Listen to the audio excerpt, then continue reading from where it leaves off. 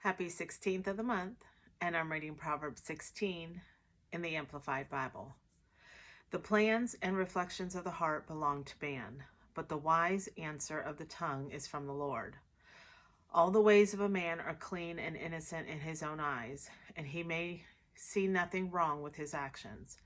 But the Lord weighs and examines the motives and intents of the heart and knows the truth. Commit your works to the Lord, submit and trust them to Him, and your plans will succeed if you respond to His will and guidance. The Lord has made everything for its own purpose, even the wicked according to their role for the day of evil. Everyone who is proud and arrogant in heart is disgusting and exceedingly offensive to the Lord. Be assured He will not go unpunished.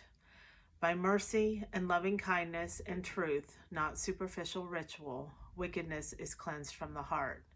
And by the fear of the Lord, one avoids evil. When a man's ways please the Lord, he makes even his enemies to be at peace with him. Better is a little with righteousness than great income gained with injustice. A man's mind plans his way as he journeys through life, but the Lord directs his steps and establishes them. A divine decision given by God is on the lips of the king as his representative. His mouth should not be unfaithful or unjust in judgment. A just balance and honest scales are the Lord's. All the weights of the bag are his concern, established by his eternal principles. It is repulsive to God and man for kings to behave wickedly, for a throne is established on righteousness, right standing with God. Righteous lips are the delight of kings, and he who speaks right is loved. The wrath of a king is like a messenger of death, but a wise man will appease it. In the light of the king's face is life, and his favor is like a cloud bringing the spring rain. How much better it is to get wisdom than gold, and to get understanding is to be chosen above silver. The highway of the upright turns away and departs from evil. He who guards his way protects his life, soul. Pride goes before destruction, and a haughty spirit before a fall. It is better to be humble in spirit with the lowly than to divide the spoil with the proud, haughty, arrogant. He who pays attention to the word of God will find good, and blessed, happy, prosperous, to be admired is he who trusts confidently in the Lord.